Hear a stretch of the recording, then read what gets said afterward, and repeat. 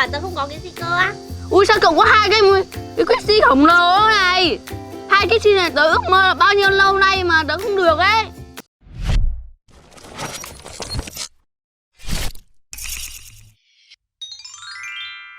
Đó, hôm nay mình được bố mua cho hai món đồ chơi, đó là gà lử, Quixi. Nhưng mà Quixi mình vừa bóp được có hai phát mà lô lái bị rách một nửa này các bạn. Mà hắn chơi được.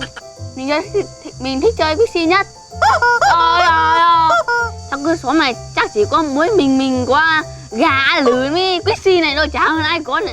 Thế là mình chơi đồ xịn nhất, hai đồ đang hot. Ê Cún à, Hả? nhưng hôm nay có hai cái đồ chơi đẹp thế. Xịn không? Cậu có không? Này cậu ơi, Cái gì? cho tớ mượn con gà tớ bóp thử thế nào. Con gà này sẵn nó vàng này. Gà của tớ mà đi. Nhưng mà tớ không cho đâu, của tớ ấy. Con gà này bị vặt hết lông rồi đó. Cho tớ mượn tớ bóp thử cái. Không cho cậu mượn đâu, tớ chơi thôi. Tớ thử bóp thử Quixi của cậu xem như nào. Không, đấy cậu làm rách to thêm ấy, của tớ đã bị rách của này, cái cậu bốt rách to đi. Cho tớ chơi Quixi với. Không, Bóp thử một tí thôi. không chơi mới cho cậu chơi đâu. Cho một tí thôi cũng không được á. Không. Đi mà, cho tớ chơi một tí. Sao cậu cứ sấn vào tớ nhỉ? Thấy người ta cái đồ chơi đẹp cứ sấn vào. Đi mà, cho tớ chơi với đi mà. Đồ chơi thì phải có nhiều bạn chơi cùng nó mới vui chứ. Không, tớ chơi một mình thôi. Thế cậu nhớ nhá. Nhớ cậu làm gì? Tớ nhớ đồ chơi rồi. Cho tớ chơi cùng mình thôi. Thôi. Ê, đứa cái hàng không có xích kia đi. Cái gì? Tớ không có cái gì cơ. Cậu vừa bảo tớ không có cái gì cơ á. Ui sao cậu có hai cái Quixi khổng lồ này. Hai cái Quixi này tớ ước mơ là bao nhiêu lâu nay mà tớ không được ấy. Cậu nhìn xem, nó còn to gấp mấy lần cái mặt cậu rồi đấy. Yêu tớ chơi mới. Không, tớ chơi một mình đây, chơi một mình mới vui. Không, một mình không vui đâu. Tớ tưởng cậu bảo thế. Đấy tớ để đùa cậu thôi. Lúc nào có đồ chơi mới, lúc nào có đồ chơi thì phải cho tớ chơi với nhá. Nhưng mà cậu cũng phải có đồ chơi mới thì tớ chơi cậu chơi chung. Thế thì thôi, tớ không chọc cậu chơi nữa. Thế bây giờ thế nào? Tớ bảo nhá, bây giờ nhá, bố mẹ chúng mình ấy đều dạy chúng mình là có đồ chơi thì phải chia sẻ với các bạn để chơi cùng thì mới vui. Chứ nếu mà cậu chơi một mình thì cậu có gì mà vui, đúng không? Thì nhá, bây giờ nhá, cậu có đồ chơi, cậu chia tớ chơi cùng. Thì lúc nào tớ có đồ chơi, tớ lại chia cho cậu chơi cùng, đúng không?